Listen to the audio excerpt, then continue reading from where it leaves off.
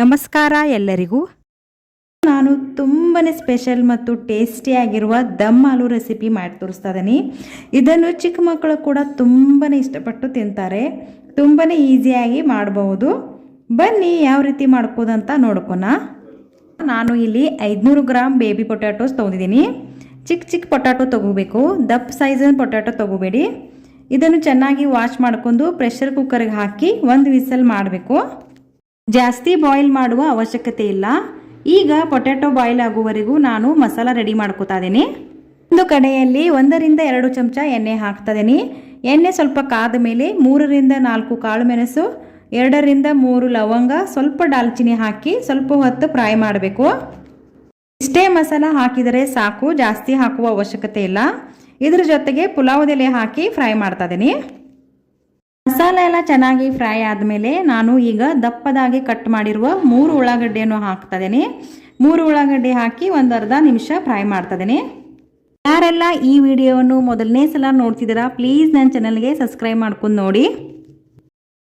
ಒಂದು ಅರ್ಧ ನಿಮಿಷ ಉಳ್ಳಾಗಡ್ಡಿ ಫ್ರೈ ಆದಮೇಲೆ 9 ರಿಂದ 10 ಗೋಡಂಬಿ, 2 ದಪ್ಪದಾಗಿ ಕಟ್ ಮಾಡಿರುವ ಟೊಮೆಟೊ ಮತ್ತು 6 ರಿಂದ 7 ಬೆಳ್ಳುಳ್ಳಿ ಹೆಸಳು, ಒಂದು ಅರ್ಧ ಇಂಚ್ ಹಸಿ ಶುಂಠಿ ಹಾಕಿ ಚೆನ್ನಾಗಿ ಫ್ರೈ ಮಾಡ್ತಾ ಇದ್ದೀನಿ.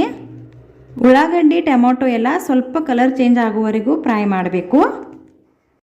ಉಳ್ಳಾಗಡ್ಡಿ ಟೊಮೆಟೊ ಎಲ್ಲ ಫ್ರೈ ಆಗೋಕ್ಕೆ 3 ರಿಂದ 4 ನಿಮಿಷ ಸಾಕು.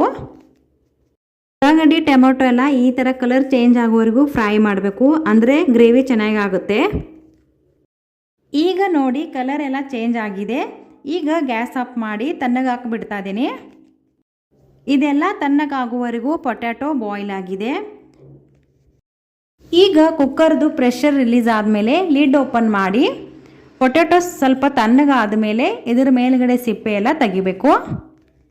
ನೋಡಿ ಈ ಥರ ಸಿಪ್ಪೆ ಎಲ್ಲ ತೆಗೆದಿಟ್ಕೊಂಡಿದ್ದೀನಿ ನಾನು. ಈಗ ಒಂದು ಕಡೆಯಲ್ಲಿ 1 ರಿಂದ 2 ಚಮಚ ಎಣ್ಣೆ ಹಾಕಬೇಕು. ಎಣ್ಣೆ ಸ್ವಲ್ಪ ಕಾದ ಮೇಲೆ ಸಿಪ್ಪೆ ತೆಗೆದಿರುವ ಪೊಟ್ಯಾಟೋಸನ್ನು ಹಾಕ್ತಾ ಇದ್ದೀನಿ. ಅದರ ಜೊತೆಗೆ ಸ್ವಲ್ಪ ಖಾರದ ಪುಡಿ ಮತ್ತು ರುಚಿಗೆ ತಕ್ಕಷ್ಟು ಉಪ್ಪು ಹಾಕಿ ಚೆನ್ನಾಗಿ 1 ನಿಮಿಷ ಫ್ರೈ ಮಾಡಬೇಕು. ನಾನು ಇಲ್ಲಿ 1 ಚಮಚ ಖಾರದ ಪುಡಿ ಹಾಕಿದ್ದೀನಿ. ಮಸಾಲೆ ಎಲ್ಲ ಪೊಟ್ಯಾಟೋಸ್ಗೆ ಚೆನ್ನಾಗಿ ಸ್ಟಿಕ್ ಆಗಬೇಕು. ನೋಡಿ ಈ ಮಸಾಲೆ ಎಲ್ಲ ಪೊಟ್ಯಾಟೋಸ್ಗೆ ಚೆನ್ನಾಗಿ ಸ್ಟಿಕ್ ಆಗಿದೆ.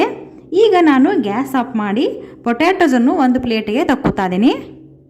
ಈಗ ಆಗಲೇ ಫ್ರೈ ಮಾಡಿಟ್ಟಿರುವ ಉಳ್ಳಾಗಡ್ಡಿ ಮತ್ತು ಟೊಮೆಟೊ ಎಲ್ಲ ಚೆನ್ನಾಗಿ ತಣ್ಣಗಾಗಿದೆ.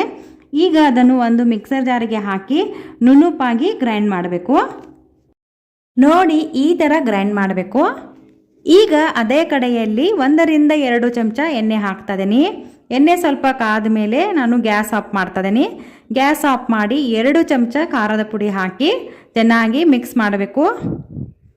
ನೋಡಿ ಗ್ಯಾಸ್ ಆಫ್ ಮಾಡಿ ಖಾರದ ಪುಡಿ ಹಾಕಬೇಕು, ಇಲ್ಲಾಂದರೆ ಖಾರದ ಪುಡಿ ಎಲ್ಲ ಸೀದು ಹೋಗುತ್ತೆ. ಮತ್ತು ಈ ರೀತಿ ಎಣ್ಣೆಯಲ್ಲಿ ಖಾರದ ಪುಡಿ ಹಾಕೋದರಿಂದ ಕರಿಗೆ ಕಲರ್ ಕೂಡ ತುಂಬಾ ಚೆನ್ನಾಗಿ ಬರುತ್ತೆ. ಈಗ ಆಗಲೇ ಗ್ರೈಂಡ್ ಮಾಡಿರುವ ಆನಿಯನ್ ಟೊಮೆಟೊ ಪೇಸ್ಟನ್ನು ಇದರಲ್ಲಿ ಹಾಕಿ ಚೆನ್ನಾಗಿ ಮಿಕ್ಸ್ ಮಾಡಬೇಕು.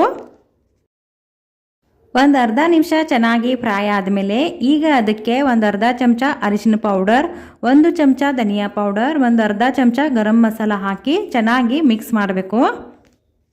ನೋಡಿ ಮಸಾಲ ಎಲ್ಲ ಚೆನ್ನಾಗಿ ಮಿಕ್ಸ್ ಆಗಿದೆ ಮತ್ತು ಗ್ಯಾಸನ್ನು ಲೋ ಫ್ಲೇಮಲ್ಲೇ ಇಡಬೇಕು. ಈ ಮಸಾಲೆ ಎಲ್ಲ ಹೊತ್ತಬಾರ್ದಂತ ನಾನು ಒಂದು ಅರ್ಧ ಕಪ್ ನೀರು ಹಾಕಿ ಚೆನ್ನಾಗಿ ಮಿಕ್ಸ್ ಮಾಡ್ತಿದ್ದೀನಿ. ಈ ರೀತಿ ಮಾಡುವುದರಿಂದ ಗ್ರೇವಿಗೆ ಟೇಸ್ಟ್ ತುಂಬಾ ಚೆನ್ನಾಗಿ ಬರುತ್ತೆ. ಒಂದು ಅರ್ಧ ಕಪ್ ನೀರು ಹಾಕಿ ಚೆನ್ನಾಗಿ ಫ್ರೈ ಮಾಡಬೇಕು. ಮಸಾಲೆ ಎಲ್ಲ ಎಣ್ಣೆ ಬಿಡುವವರೆಗೂ ಫ್ರೈ ಮಾಡಬೇಕು. ನೋಡಿ ಗ್ರೇವಿಗೆ ಎಷ್ಟು ಚೆನ್ನಾಗಿ ಕಲರ್ ಬಂದಿದೆ. ಈಗ ನಾನು 1 ಚಮಚ ತುಪ್ಪ ಹಾಕ್ತಾ ಇದ್ದೀನಿ. ತುಪ್ಪ ಹಾಕೋದರಿಂದ ಗ್ರೇವಿಗೆ ಟೆಕ್ಸ್ಚರ್ ತುಂಬಾ ಚೆನ್ನಾಗಿ ಬರುತ್ತೆ ಮತ್ತು ಗ್ರೇವಿಗೆ ಟೇಸ್ಟ್ ಕೂಡ ಸೂಪರ್ ಆಗಿ ಬರುತ್ತೆ. ನೋಡಿ ಗ್ರೇವಿ ಈಗ ಚೆನ್ನಾಗಿ ಎಣ್ಣೆ ಬಿಟ್ಟುಕೊಂಡಿದೆ. ಈಗ ನಾನು ಮಿಕ್ಸರ್ ಜಾರ್ಗೆ 1 ಕಪ್ ನೀರು ಹಾಕಿ ಗ್ರೇವಿಗೆ ಹಾಕ್ತಾ ಇದ್ದೀನಿ. ಈ ಥರ ಒಂದು ಕುದಿ ಬಂದಮೇಲೆ ಆಗಲೇ ಫ್ರೈ ಮಾಡಿಟ್ಟಿರುವ ಬೇಬಿ ಪೊಟ್ಯಾಟೋಸನ್ನು ಇದರಲ್ಲಿ ಹಾಕ್ತಾ ಇದ್ದೀನಿ. ಬೇಬಿ ಪೊಟ್ಯಾಟೊ ಇದರಲ್ಲಿ ಹಾಕಿ ಒಂದ್ಸಲ ಚೆನ್ನಾಗಿ ಮಿಕ್ಸ್ ಮಾಡಬೇಕು. ಈಗ ಪೊಟ್ಯಾಟೋಸ್ ಎಲ್ಲ ಮಸಾಲೆ ಜೊತೆ ಚೆನ್ನಾಗಿ ಮಿಕ್ಸ್ ಆಗಿದೆ. ನೋಡಿ ಗ್ರೇವಿ ಸ್ವಲ್ಪ ಗಟ್ಟಿ ಅನ್ನಿಸ್ತಾ ಇದೆ, ಅದಕ್ಕೆ ನಾನು ಇನ್ನೊಂದು ಅರ್ಧ ಕಪ್ ನೀರು ಹಾಕಿ ಚೆನ್ನಾಗಿ ಮಿಕ್ಸ್ ಮಾಡ್ತಾ ಇದ್ದೀನಿ. ಇದೆಲ್ಲ ಚೆನ್ನಾಗಿ ಮಿಕ್ಸ್ ಆದಮೇಲೆ ರುಚಿಗೆ ತಕ್ಕಷ್ಟು ಉಪ್ಪು ಹಾಕ್ತಾ ಇದ್ದೀನಿ. ಉಪ್ಪು ಹಾಕಿದ ಮೇಲೆ ಕಸೂರಿ ಮೇಥಿಯನ್ನು ಸ್ವಲ್ಪ ಬಿಸಿ ಮಾಡಿ ಈ ರೀತಿ ಕ್ರಷ್ ಮಾಡಿ ಹಾಕಬೇಕು. ಕಸೂರಿ ಮೇಥಿ ಹಾಕೋದರಿಂದ ಗ್ರೇವಿಗೆ ಟೇಸ್ಟ್ ತುಂಬಾ ಚೆನ್ನಾಗಿ ಬರುತ್ತೆ. ಕಸೂರಿ ಮೇಥಿಯನ್ನು ಸ್ಕಿಪ್ ಮಾಡದೆ ಹಾಕಿ ತುಂಬಾ ಚೆನ್ನಾಗಿರುತ್ತೆ. ನೋಡಿ, ರುಚಿಕರವಾದ ದಮ್ ಆಲೂ ರೆಡಿ ಆಯಿತು. ಇದು ರೋಟಿ, ಚಪಾತಿ, ಪೂರಿ, ರೈಸ್ ಜೊತೆಗೆ ಸೂಪರ್ ಆಗಿರುತ್ತೆ. ಈ ರೆಸಿಪಿ ಇಷ್ಟವಾದರೆ ಪ್ಲೀಸ್ ಲೈಕ್, ಶೇರ್ ಮತ್ತು ಕಮೆಂಟ್ ಮಾಡಿ ಮತ್ತು ಸಬ್ಸ್ಕ್ರೈಬ್ ಮಾಡುವುದಕ್ಕೆ ಮರಿಬೇಡಿ. Thank you for watching.